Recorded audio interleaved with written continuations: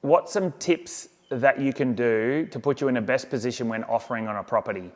So the first and probably most important tip is to know and research the market.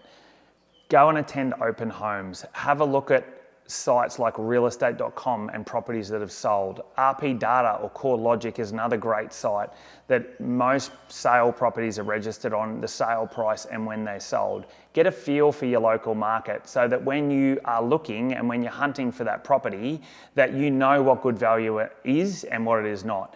A good rule of thumb that a lot of property investors use is you have to look at 100 properties to put an offer on 3 to get 1. So if you can get some time in the saddle and start researching that market of yours and make sure that you know and understand the market, that's going to put you in the best position to know which property is right for you. The next one is to understand the seller's situation. So most people, when they're negotiating, they just negotiate on price. There's so much more to a deal than price.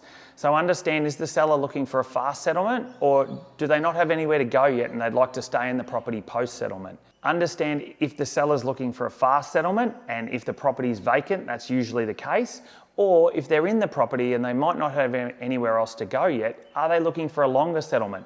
They might be willing to stay in the property, either you settle early and rent it back to them, or give them a longer settlement to find some accommodation post-settlement. So just don't always look at price, talk to the agent, talk to the seller, understand what they're looking for and try and negotiate or put your offer in terms of meeting their needs and meeting yours. Ensure you know your borrowing capacity so that you also know your purchasing limit. That sort of goes without saying, but understanding what your max price is and what your budget is going to avoid you looking at properties that are completely out of that budget. So be confident in your deposit amount that's going to go on the contract. A good rule of thumb is 2 to 5% of the purchase price.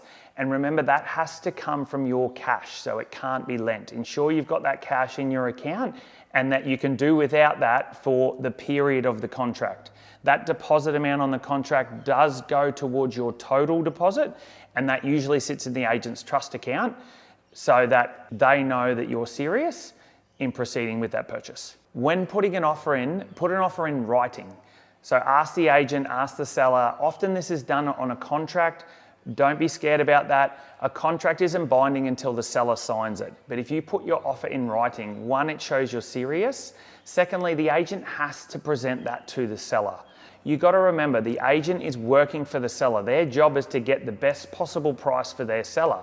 So if you put an offer in writing, they have to take that to the seller. It gets considered seriously rather than just a verbal offer, which might not even make it to the seller sometimes. Be clear and confident with your offer.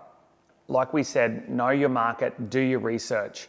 That allows you to come armed and prepared with recent sales in the area of comparable properties, justifying why you have come to your price.